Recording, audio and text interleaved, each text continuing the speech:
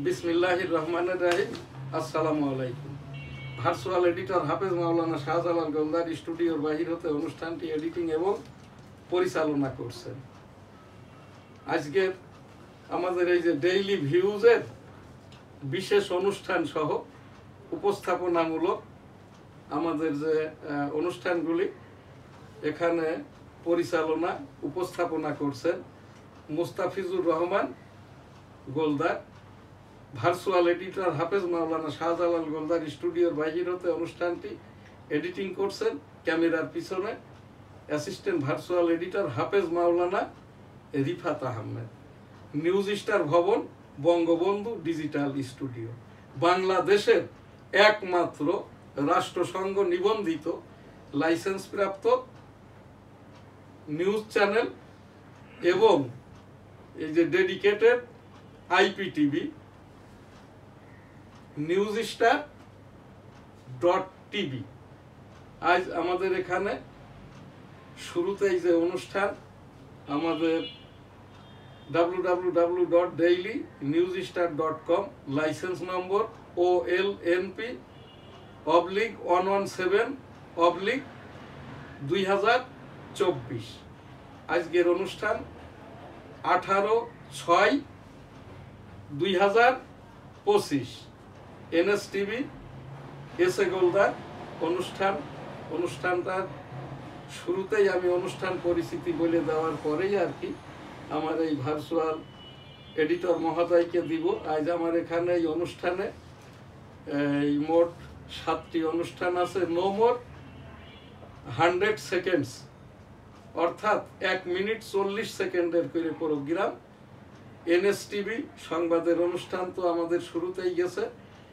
এখনকার যে অনুষ্ঠান NSTV এসে গোলদার এই যে special programme www.dailynewsstar.com, OLNP/117/2024, 18 June 2025। এখানে আজকে আমাদের প্রোগ্রাম সিরিয়াল নম্বর এটা এ পর্বের আর কি 1151তম programme. NSTV S Ali Goldar. শুরুতেই আমাদের এখনকার যে অনুষ্ঠান এই ঐক্যমতের এই যে ঐক্যমতটা বলতে আপনি কি বলতে চাচ্ছেন যে এখানটাই ঐক্যমতটা কি? ঐক্যমত না কম্বাইন্ড অপিনিয়ন? যে এটা নিয়ে দেখা যাচ্ছে এখানে আমরা দৈনিক ইত্তেফাকে এরা আমরা মনে হয় আরো 2 থেকে 3 মাস আগে পূর্বে এই বিষয়টা আমরা পেপারে পত্রিকায় দেখেছি। এটা আমার দৃষ্টিতে একজন সাংবাদিক হিসাবে ওখানে দৈনিক ইত্তেফাকের যে এডিটর সাহেব আছেন ওনারা যদি এই বিষয়ে একটু গুরুত্ব দেন বা একটু দেখেন এডিটিং এর যে বিষয়টা ঐক্যমত, এটা প্রথমে জানতে হবে, বুঝতে হবে what is the meaning of ঐক্যমত, ঐক্যমত্য। এটা বাংলা শব্দই দেখা যাচ্ছে অনেকে বুঝে না এটার অর্থটা কি। এই বিষয়টা এখানে আপনাকে বলি, আমি গতকাল social media TV channel international, Al Jazeera, NDTV, BBC, CNN, New York Times এই সবগুলো দেখে এখানটাই আমাদের বাংলাদেশের উপদেষ্টাদের অধিকাংশই ঐক্যমত একবার বলছেন, ঐক্যমত একবার বলছেন, ঐক্যমতের একবার বলছেন এবং অনেকেই আর কি জবুথবু হয়ে এখানটায় আর কি কিছুক্ষণ চুপ থাকছেন, তারপর ওই যেন কি যেন হবে যেন ঐক্যমতের। হ্যাঁ, তো এইগুলা আর কি আমি বিশেষ করে এই যে বাংলার 21-এর সম্পাদক, বাংলাটার উপরে আমার যথেষ্ট জ্ঞান বুদ্ধি আছে।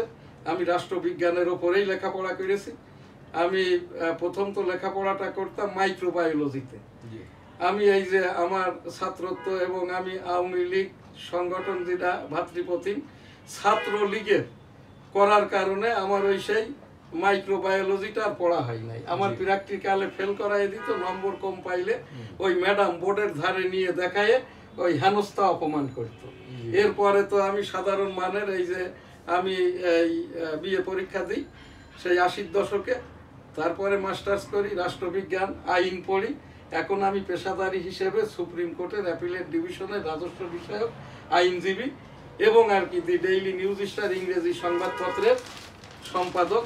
আমার এই যে লেখা বই, সম্পাদিত বই, এই যে পাক কালাম অনুবাদ, হাদিস বাংলায় অনুবাদ, রসুল সাল্লাল্লাহু আলাইহি সাল্লামের জীবনী, এইগুলো কাজ সাংবাদিকতার উপরে লেখা বই আছে, আইসিটির উপরেও লেখা বই আছে। আমি বাংলা, ইংরেজি, ইংরেজি টু বাংলা, বাংলা টু ইংরেজি, বাংলা টু অন্যান্য ভাষায় আমি এই ঐক্যমত্যের মতো কোনো প্রোনাউন সেকশনে যেয়েও শব্দ পাই নাই। সেরেপ এখানটাই আলী রিয়াজ মহোদয়ের আন্তর্জাতিক স্বীকৃত বিশ্ববিদ্যালয় বা প্রতিষ্ঠান ভিত্তিক কোনো ডিগ্রিও আমি পাই নাই।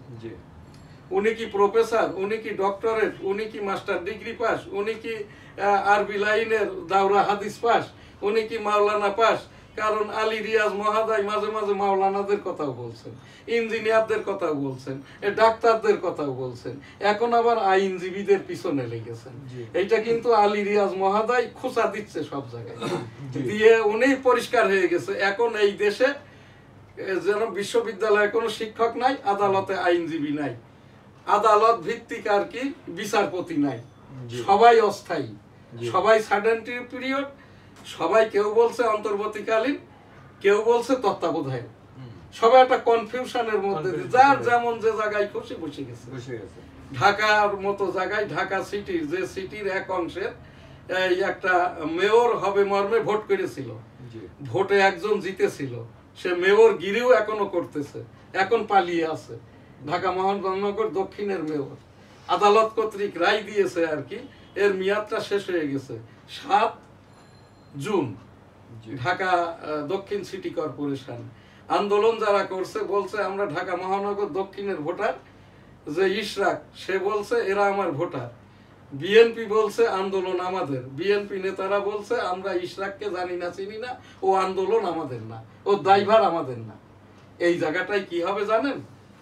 এই জায়গাটাই এই দায়ভারটা সব চলে যাবে, যেহেতু মাননীয় প্রধান বিচারপতি 7 জনের যে অ্যাপিলেট ডিভিশনের বিচারক সকল বৈষম্য রায়গুলোই দিচ্ছেন আর কি 7 সদস্যের বিচারকের, যার প্রধান বিচারপতি।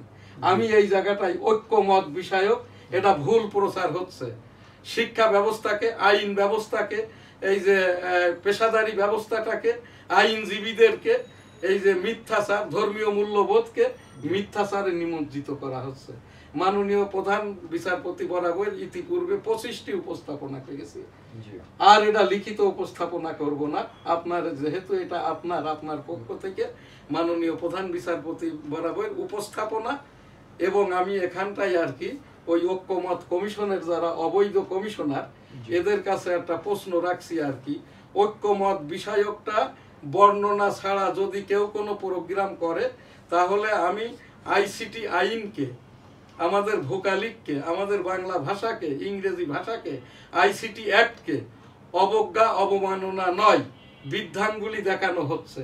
এইটার উপরেই আমি এখান থেকেই একটা কৈফিয়ত তলব করছি ঐক্যমত কমিশনের।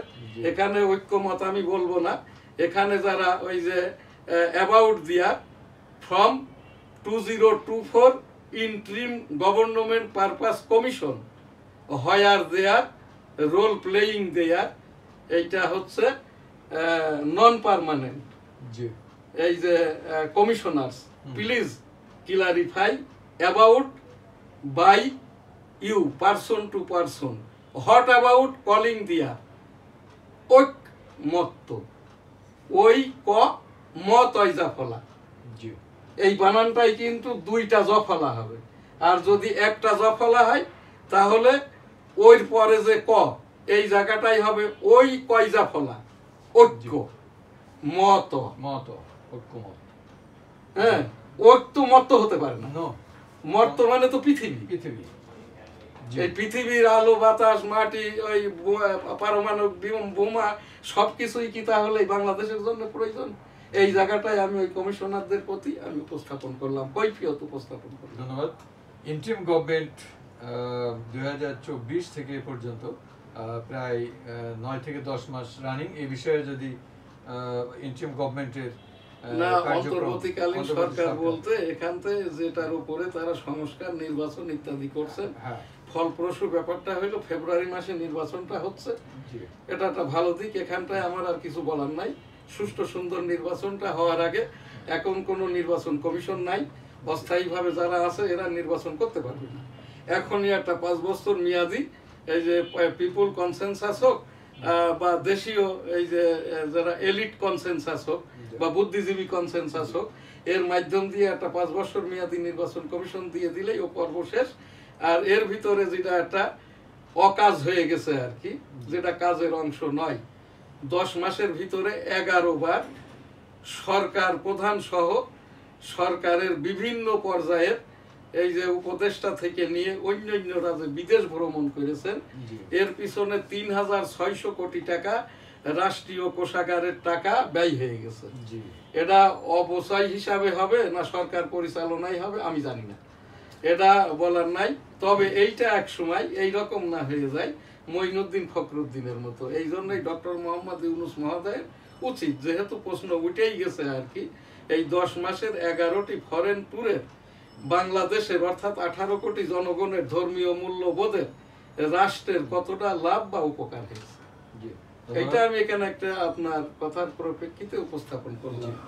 তাবলিগ এবং জাতীয় মসজিদ বাইতুল মোকাররম খতিব, এটা নিয়েও এর আগেও আপনি আলোচনা করেছেন। এই বিষয়ে যদি আরেকবার না, এখানে আলোচনার কিছুই নাই। এখানে বাইতুল মোকাররমের খতিবের আগেই বলা উচিত কাকরাইল। কাকরাইল নিয়েই কিন্তু কাকরাইলের উদাহরণ দিয়েই বাইতুল মোকাররমের খতিব হয়েছে। আর যিনি বলছেন পিল্লাই হুজুর, বিরাট হুজুর, এখানে হচ্ছেন কি বলে ওই সেই কি জানো লিজেন্ড না ইংরেজিতে কি বলছে, স্কলার। তারপরে হচ্ছে আর একটা হিন্দুরা যেটাকে বলা হয় আর কি ওই বিরাট জ্ঞানের অধিকারী। তো যাই হোক আর কি, এদিকে এই আব্বাসী এনায়েতুল্লাহ আব্বাসী বলছেন এই বাইতুল মোকাররমের খতিব হচ্ছেন একজন মৌলবী। অর্থাৎ কিরকম, যেরকম নন গ্যারান্টি রং পাকা, সব গ্যারান্টি আছে কিন্তু রং থাকবে কিনা বলতে পারছি না। তো বাইতুল মোকাররমের খতিবের হাবিজা হুল্লাহ, আমি এর মানেটা বের করেছি আর এটা হইলো এই যারা কওমি আলিয়া এবং এই যে অন্যান্য বিভিন্ন লাইনের পীর মুরিদি করালো, অনেক দিন পীর মুরিদি করেছে, অনেক দিন হাদিস শুনছে, অনেক দিন কোরআন শরীফের তাফসীর শুনছে, কিন্তু নিজের ভিতরে কোনো প্রতিষ্ঠানিক মানে অ্যাবাউট স্টেট পারপাস অর্থাৎ স্বদেশ কর্তৃক কোনো ওই ডিগ্রি নাই। যেরকম ধরেন আলিম, দাখিল, ফাজিল, কামেল, এইদিকে যদি হয় এসএসসি, আলিয়া, এটা তো বললামই আর কি, কওমি লাইনের ওই রকমটা আছে। তো এই রকম ডিগ্রি যা পড়েছে শুনেছে, কিন্তু কোনো ডিগ্রি ঢাকা আলিয়া হতে এই যেটা কি বলে মাদ্রাসা বোর্ড থেকে স্বীকৃত বোর্ড থেকে কামিল পাস ডিগ্রি অর্জন করেন নাই। বেফাকুল মাদারেসেল আরাবিয়া থেকে ইফতা বা মুফতি বা এই যে মাওলানার উপরে কোনো ডিগ্রি অর্জন করেন নাই। ঢাকা বিশ্ববিদ্যালয়ের পাক কালামের উপরে কোনো ডিগ্রি অর্জন করেন নাই। এদেরকে এনায়েতুল্লাহ আব্বাসী বলছেন মৌলবী। আর যারা ডিগ্রি অর্জন করেছে তারা তো স্ব ক্ষেত্রেই মাওলানা বা পোস্ট গ্রাজুয়েশন থাকে। সম্পর্ক একটু আমার জানার বিষয় ছিল, এই যেমন যে মাওলানা সাহেব বলছেন যে এনায়েতুল্লাহ সাহেব বলছেন উনি একজন মৌলবী, সেক্ষেত্রে এত কিছু আমরাও আলোচনা এনএসটিভি স্টুডিও থেকেও আলোচনা করতেছি এ বিষয়ে। বাইতুল মোকাররমের অনুষ্ঠানও অনেকবার আমরা করেছি, অনেক অনুষ্ঠান। তো সেক্ষেত্রে খতিব সাহেব যে উনি বাইতুল মোকাররমের খতিব, ওনার একাডেমিক যে বায়োগ্রাফি, এটা কি উনি প্রচার করতে পারেন না? না, সব জায়গায় আমাদের অত দূর যাওয়ার দরকার নাই। আমরা সুটেড বুটেড মানুষ, আমরা মাওলানা নই। আমরা গিবদের ইঙ্গিত হয় এরকম জায়গায় যাব না।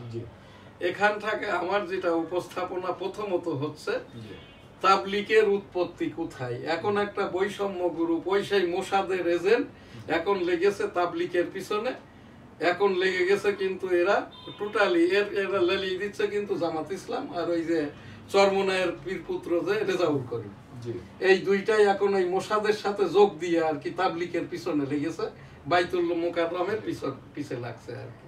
তো সেইটা হচ্ছে কি এই যে বাইতুল মুকাররমের তাবলিগটা সেই দেওবান থেকে তাবলিগের উৎপত্তি এখন থেকে এই ৮০ বছর পূর্ব হতে। বাংলাদেশ স্বাধীন হয়েছে কত বছর? ৫৫ বছর। তারও ৩৫ বছর ২৫ বছর আগের থেকে আমার নানা বাড়ি মসজিদ, যেটা যুদ্ধের ময়দান, বনগা, বেনাপোল, সাদিপুর, এই যে জামে মসজিদের তাবলিকি মারকাজ ৮০ বছরের পূর্বে। এখন জিরার এখান তাবলিকি মারকাজের মুরব্বী হচ্ছেন আমার ছোট বোনের হাজবেন্ড আবুল কাশেম মোল্লা। আমাদের প্রতিষ্ঠা করা, আমার বাবার প্রতিষ্ঠা করা মারকাজ মসজিদ জিদা, রামপুর বাজার, সারসা উপজেলা, যশোর, ৮০ বছর পূর্বে। আমার প্রতিষ্ঠা করা যেটা গোলদা সিটি জামে মসজিদ, এখানকার তাবলিক মারকাজ মসজিদটা ৪০ বছর আগে আমি মুরব্বী ছিলাম, এখনো মুরব্বী। গোলদা সিটি জামে মসজিদের প্রধান মোতোয়াল্লি এবং ফাউন্ডার ইমাম আমি। আমার অন্য ভাইয়েরা এখানকার ওই যে মোতোয়াল্লি। ১৬৫ বছর পূর্ব থেকে পাক কালাম হাদিসের আলোকে, অর্থাৎ মহানবী মুহাম্মদ রাসূলুল্লাহ সাল্লাল্লাহু আলাইহি ওয়াসাল্লামের বিদায় হজের, সেইটা কি ১১ নম্বর পয়েন্টে, ৩৩ পয়েন্টের ১১ নম্বর পয়েন্ট, কিয়ামত পর্যন্ত পাক কালাম পাক হাদিস, আলেম উলামাগণ, আল্লাহওয়ালাগণ, আলেম উলামারাই কিন্তু আল্লাহওয়ালা। যারাই আর কি পীর মুরিদি করে, লেখাপড়া জানে না, এই যে আরবি লাইনের, কোরআন শরীফের, হাদিস শরীফের, পীর সাহেবের থেকে শুনে নিয়েই রপ্ত করে নিজের জন্য করে, সুদ ঘুষ জিনা ব্যভিচার ইত্যাদির জন্য করে। পীর মুরিদি করা এনারাও কিন্তু আল্লাহওয়ালা। আবার পাক কালাম হাদিসের আলোকেই যারা আর কি এই যে অর্জন করতে পেরেছে, বিতরণ করে নিজের জন্য, সমাজের জন্য, পরিবারের জন্য, আন্তর্জাতিকের জন্য, পাক কালাম পাক হাদিসের জন্য কিয়ামত পর্যন্ত। রাসূল সাল্লাল্লাহু আলাইহি ওয়াসাল্লাম বিদায় হজের যে কথা বলে গেছেন আর কি, সেই আলেম উলামারাও কিন্তু আল্লাহওয়ালা। এইটাই তো হাফেজ সাহেব, আল্লাহওয়ালা তো এইটাই। এই পীর মাসায়ে কি যারা আল্লাহর কাজটা করে এরাও আল্লাহওয়ালা। আরবি লাইনের লেখাপড়া জানা মাওলানা সাহেব, বড় বড় মাওলানা যারা হুজুর, যেরকম দেলোয়ার হোসেন সাইদি হুজুর, এইটাই এখন আমি দেখছি আলেম উলামাদের ভিতরে আল্লাহওয়ালা একজনই, যিনি জীবদ্দশায় বেঁচে নাই, মরহুম মাওলানা আল্লামা দেলোয়ার হোসেন সাইদি হুজুর। ১৯৮৬ সালে আমি যা তাফসিরটা শুনতাম বাইতুল মুকাররমে, সেখান থেকেই আমি এই যেটুক যা বলছি না কেন, এটা আমি মাওলানা দেলোয়ার হোসেন সাইদি হুজুরেরই ওই অনুকরণ করে। কি অনুকরণটা করি? আমি ওই প্রোগ্রাম দেখি, হুজুর কোনোদিনই পাক কালাম হাদিস সবই মুখস্থ, তারপরেও সামনে রেখে ওইটাই তাফসির করতেন। আমি কোনো একটা দিন দেখি নাই যে দেলোয়ার হোসেন সাইদি হুজুরকে পাক কালাম হাদিস বহির্ভূত কোনো একটা কথা বলছে। বহির্ভূত অর্থ কি? প্রথম আয়াতটা আগে পড়তো, হাদিসটা আগে পড়তো, তারপরে জিজ্ঞাসা করতো যে আপনাদের যেটা পড়লাম বুঝতে পারছেন না? বুঝতে পারি নাই। বাংলায় বলার পরেও বুঝেছেন? বুঝে নাই। তখন আবার প্রোনাউন সেকশনের বাংলা দিয়ে বুঝাইতো আর কি। দেলোয়ার হোসেন সাইদি হুজুর, সেই দেলোয়ার হোসেন সাইদি হুজুরও আল্লাহওয়ালা, মরহুম মাওলানা লুৎফর রহমানও আল্লাহওয়ালা। এই যে লুৎফর রহমান সাহেব নামে একজন, যিনি ৮০ বছর, কত ৯১ বছর বয়সে মারা গেছেন আর কি, ইনাদের তাফসির গুলো আমি শুনতাম। তো এই জায়গাটায় এখন এই কাকরাইলটা খণ্ড বিখণ্ড থেকে মুক্ত হতে গেলে জুবায়ের মাওলানার, আমি একাধিক মাওলানা মৌলবী আল্লাহওয়ালা লোক এই যে আলেম উলামাদের থেকে জানার পরে, জুবায়ের সাহেব যিনি কাকরাইল দখল করে, এক অংশ নিয়ে দখল করে আছেন, ইনার পরিস্থিতিটা আমি পাই নাই। আমার ওখানে কোনো প্রশ্ন নাই, যেহেতু যেখান থেকে ১৬৫ বছর আগের থেকে তাবলিগটা এসছে, সেই জায়গাটায় কোনো গ্রুপ নাই, খণ্ড বিখণ্ড নাই। আছে কি? ওই যে রাসূল সাল্লাল্লাহু আলাইহি ওয়াসাল্লামের ওই যে বিদায় হজের ভাষণের পাক কালাম পাক হাদিস, এবং ওইটারই অনুকরণে আর কি মাসলা মাসাইল সমৃদ্ধ তাবলিগি নেসাব। তাবলিগের কিতাবটা কি? এই হাফেজ সাহেব, তাবলিগি নেসাব বলে না? তাবলিগের যেটা কিতাব, যেটা পড়া হয়, আমার এখানেও তো আছে। হাদিস তো পড়ে, কিন্তু ওদের একটা কিতাব আছে, বই আর কি, ওইটার নাম হইলো তাবলিগি নেসাব। তো যাই হোক, আমি সেখান থেকেই এই জিনিসটা এই বললাম। এই জায়গাটায় এই জুবায়ের সাহেব, আমরা যেভাবে তাবলিগ করি, জুবায়ের সাহেব আপনি কাকরাইলটা ছাড়েন, সব বৈষম্য শেষ হয়ে যাবে। আর কাকরাইলের যেভাবেই ওই বাইতুল্লাহ, অর্থাৎ আল্লাহর ঘর, কাবা শরীফ, পবিত্র কাবা শরীফ, পবিত্র মদিনা শরীফে যেভাবে নামাজটা হয়, যেভাবে পোশাকটা হয়, কাকরাইলও ঠিক ওইভাবেই হয়। বাইতুল মুকাররমের যে বিষয়টা বলছেন, বাইতুল মুকাররমের যিনি এই খতিব সাহেব উনি আর কি মাননীয় প্রধান উপদেষ্টার নির্দেশনা ক্রমে জনপ্রশাসন থেকে মাইনোটস আকারে একটা নির্দেশনা পেয়েছেন বাইতুল মুকাররমের খতিব হিসাবে ওনার নিয়মতান্ত্রিক নিয়োগ পত্রটা দিবেন ইসলামিক ফাউন্ডেশনের মহাপরিচালক। আর এখানটাই ধর্ম মন্ত্রণালয়ের অতিরিক্ত সচিব হচ্ছেন ইসলামিক ফাউন্ডেশনের যে কমিটি আছে তার সভাপতি। যদি এই রকমটা আমি খোঁজ নিয়ে দেখেছি, এই রকমটা ভাবে এখানে নিয়োগটা হয় নাই। আর এই নিয়োগের শেষটার যে যোগ্যতা লাগে সেটা ছিলেন রুহুল আমিন সাহেব, এখানে ওই মুফতি, মাওলানা, কারি এবং ঢাকা বিশ্ববিদ্যালয় থেকে মাস্টার ডিগ্রি পাস ছিলেন রুহুল আমিন সাহেব।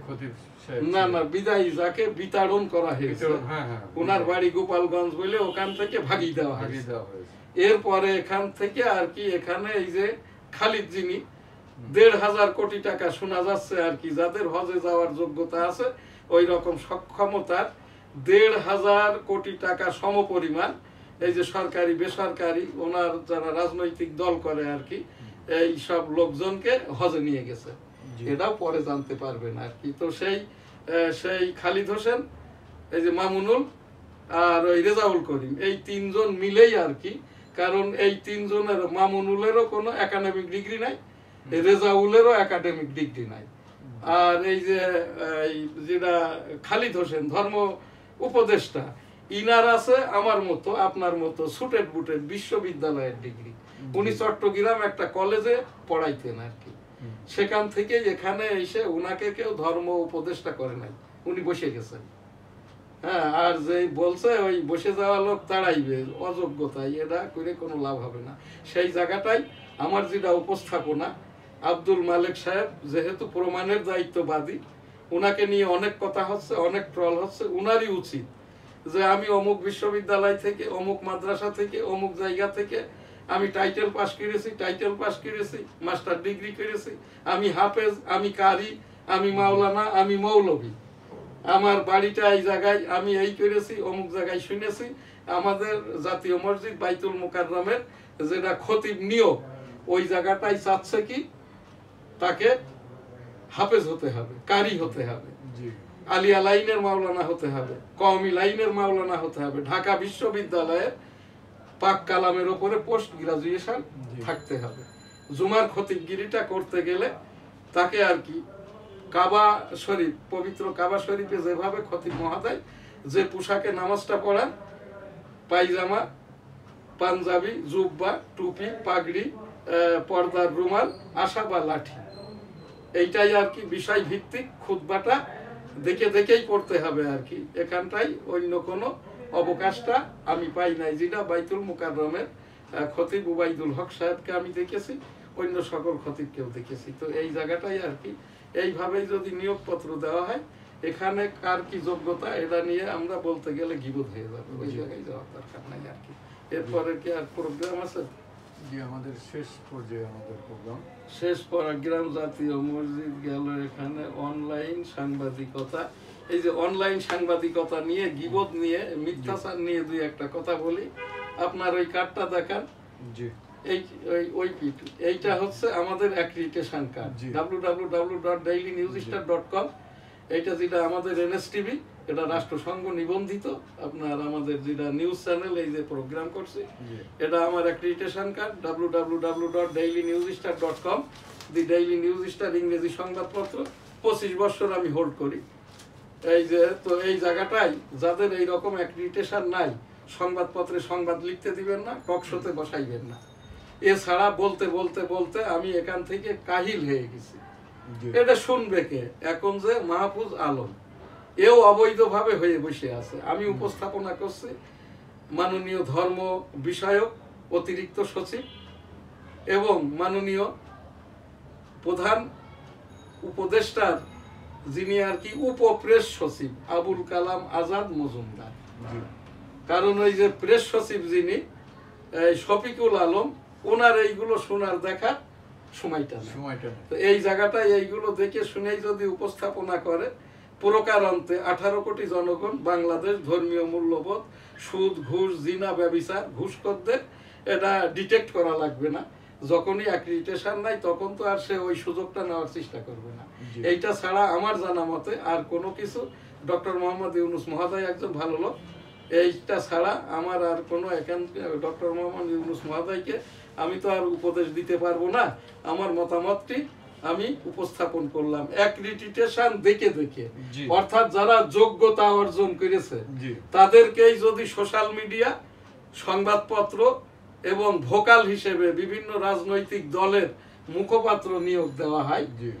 আমির খসরু মাহমুদ ছিলেন, ইনি বিএনপির বাণিজ্য উপদেষ্টা, বাণিজ্য মন্ত্রী, উনাকে করা হয়েছে বিএনপির ভোকাল বা মুখপত্র। যা হবার তাই হচ্ছে, আমার এখানতে আর বলার কিছু নাই। ওই আমির খসরু মাহমুদকে যদি বাণিজ্যের ওপরে দিয়ে দেওয়া হয় ভালোটা হবে এখানটাই আর কি।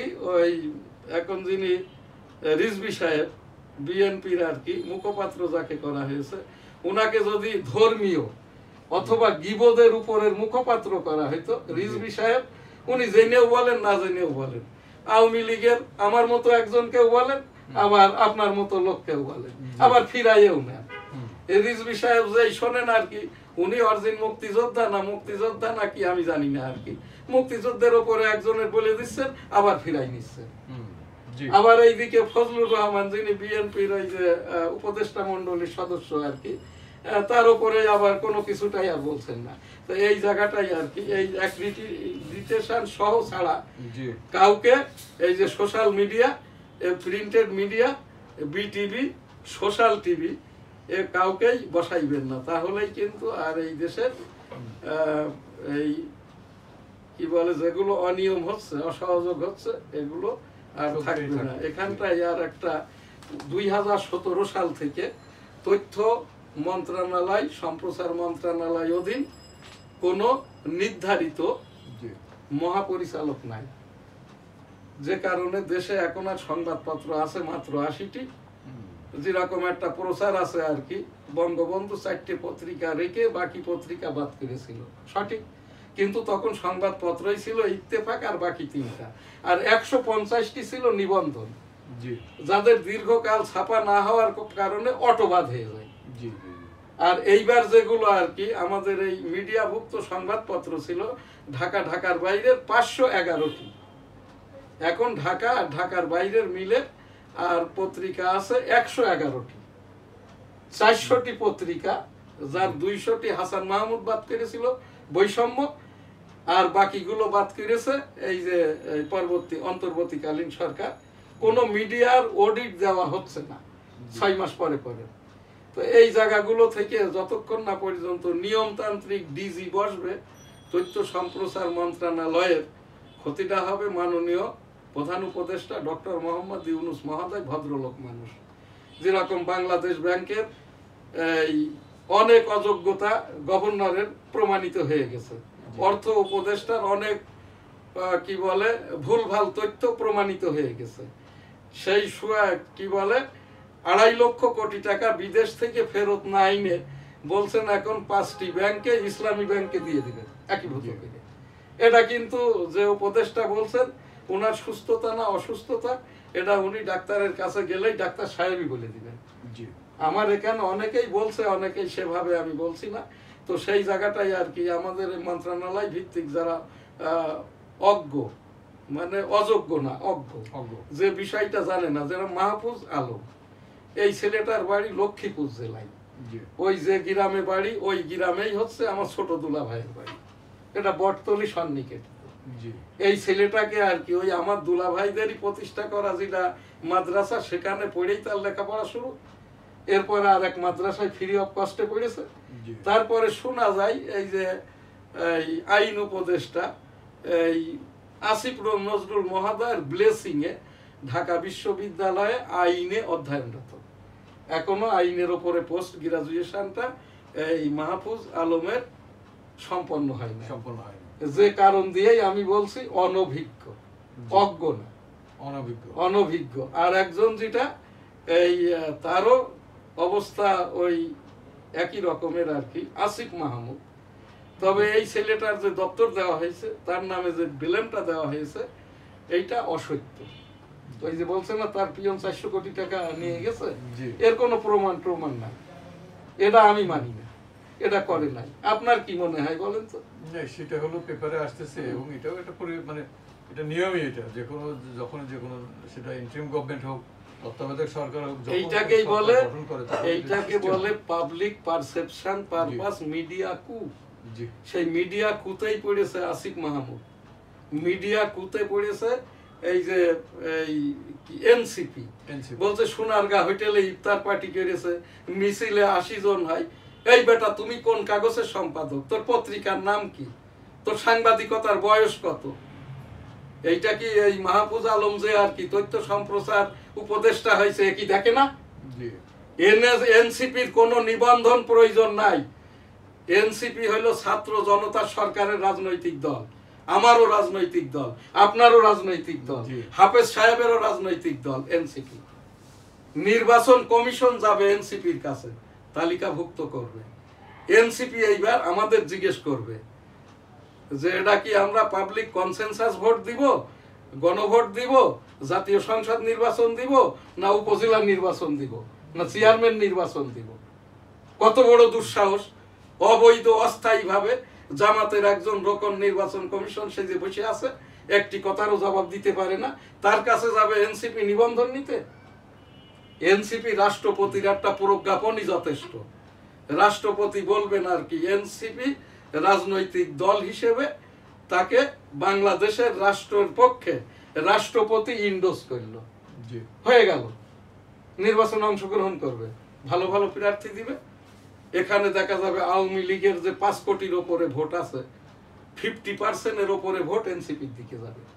এই জায়গাটায় আমি এই আসিফের এই খবরটা, আর যারা বাড়াবাড়ি করছে এনসিপি কে নিয়ে, সোনারগাঁ হোটেলে খেয়েছে, ভোটে গেছে, মিছিল করেছে, টাকা খরচ হয়েছে, টাকা আমি দিয়েছি, টাকা হাফেজ সাহেব দিয়েছে, টাকা আপনি দিয়েছেন, তোদের কি নাকি কি? আপনি কি বলেন? এটা আমার মত। এখন যদি এনসিপি চলতে না পারে কিভাবে চলবে? তারা তো ছাত্র, তাদের অফিসটা কেউ একজন দিয়েছে, ওই রূপায়ণের ওখান থেকে নিয়ে অফিস 10টা দিই, প্রত্যেক জেলায় দিই, আমাদের কি তাতে? হ্যাঁ, আমাদেরও আছে। অফিস যদি চালাইতে না পারে, অফিসিও না দিতে পারে, আমরা ভাগ ভাগ করে নিয়ে চালাইব, এদেরকে পয়সা করে দিব। আমার অনুরোধ এনসিপির কাছে, তোমরা বাবারা বিভ্রান্ত হয়ে না, শেষ পর্যন্ত আর কি ভোট পর্যন্ত আমাদেরকে নিয়ে যাও। যারাই আমোদ করছে, ভাবছে আর কি দেশের পাশের দোকানটা লুট করে নিবা, পাশের বাড়ির একটা সুন্দরী মেয়েকে জোর করে বিয়ে দেওয়াই দিবা, লুটপাট করে নিবা, মারধর করবা, তোমার দলীয় লোককে, তোমার ভাইটাকে, তোমার প্রতিবেশীকে পিটিয়ে মেরে ফেলবা। এই যে যুব দল, ছাত্র কি বলে, এরপরে হচ্ছে স্বেচ্ছাসেবক দল, এরপরে মহিলা দল, এদেরকে বলছি আমি, এইরকম করার পরে বিএনপির ভোটগুলোই আগে সংগ্রহ করুক, তারপরে তো অন্যান্যদের ভোট। এই জায়গাটায় এনসিপি বাবারা তোমরা ভয় পেও না, তোমাদের কাজটা হচ্ছে, আগিয়ে যাও, আমরা তোমাদের সাথে আছি। আমার এই চ্যানেল যেহেতু রাষ্ট্রসংঘ নিবন্ধিত চ্যানেল, www.dailynewsstar.com, NSTV এসে গোলদা, আমার এই প্রোগ্রাম থেকে ভালো ভালো প্রোগ্রাম হয়। আমরা গীবত শিকায়েত করি না, ধর্মীয় মূল্যবোধের অনুষ্ঠানগুলো করি। আপনারা আমাদের এই চ্যানেল সাবস্ক্রাইব করবেন কি করবেন না, এখানে আমার বলার কিছু নাই। এই জায়গাটায় যদি প্রোগ্রামটা দেখেন, অসত্যটা জানতে পারবেন, মিথ্যাটা পরিহার করতে পারবেন, গীবতটা জানতে পারবেন, গীবতটা পরিহার করতে পারবেন। আস্তাগফিরুল্লাহ রাব্বি মিন কুল্লি যামবি ওয়া তুবু ইলাইহি ওয়া লা হাওলা ওয়া লা কুওয়াতা ইল্লা বিল্লাহিল আলিয়্যিল আযীম। আল্লাহুম্মা সাল্লি আলা মুহাম্মাদি ওয়া আলা আলি মুহাম্মাদ কামা সাল্লাইতা আলা ইব্রাহিম ওয়া আলা আলি ইব্রাহিম ইন্নাকা হামিদুম মাজিদ। আল্লাহুম্মা বারিক আলা মুহাম্মাদি ওয়া আলা আলি মুহাম্মাদ কামা বারাকতা আলা ইব্রাহিম ওয়া আলা আলি ইব্রাহিম ইন্নাকা হামিদুম মাজিদ। সুবহানাল্লাহ, আলহামদুলিল্লাহ, লা ইলাহা ইল্লাল্লাহ, আল্লাহু আকবার ওয়া লিল্লাহিল হামদ। আল্লাহু আকবার, আল্লাহু আকবার, আল্লাহু আকবার, আল্লাহু আকবার, আল্লাহু আকবার, আল্লাহু আকবার, আল্লাহু আল্লাহু আল্লাহু আল্লাহু আল্লাহু আল্লাহু আল্লাহু আল্লাহু আল্লাহু আল্লাহু আল্লাহু আল্লাহ আল্লাহ আল্লাহ আল্লাহ আল্লাহ আল্লাহ আল্লাহ আল্লাহ আল্লাহ আল্লাহ আল্লাহ আল্লাহ আল্লাহ আল্লাহ আল্লাহ আল্লাহ আল্লাহ আল্লাহ। আল্লাহ আল্লাহ আল্লাহ আল্লাহ আল্লাহ আল্লাহ আল্লাহ আল্লাহ আল্লাহ আল্লাহ আল্লাহ আল্লাহ আস্তাগফিরুল্লাহ রাব্বিহিম মিন কুল্লি জামবিউ ওয়াতুবু ইলাইহি ওয়ালা হাওলা ওয়ালা কুওয়াতা ইল্লা বিল্লাহিল আলিয়্যিল আযীম সুবহানাল্লাহ আলহামদুলিল্লাহ লা ইলাহা ইল্লাল্লাহু আল্লাহু আকবার ওয়ালিল্লাহিল হামদ লা ইলাহা ইল্লা আনতা সুবহানাকা ইন্নী কুনতু মিনাজ জালিমিন আলহামদুলিল্লাহি রাব্বিল আলামিন আর রহমানির রহিম মালিকি ইয়াউমিদ্দিন ইয়াকা নাবুদু ওয়া ইয়াকা নাস্তাঈন ইহদিনাস সিরাতাল মুস্তাকিম সিরাতাল লাযিনা আন'আমতা আলাইহিম গায়রিল মাগদুবি আলাইহিম ওয়ালাদ-দাল্লিন আমিন আলহামদুলিল্লাহ আল্লাহ হাফেজ আসসালামু আলাইকুম খুদা হাফেজ।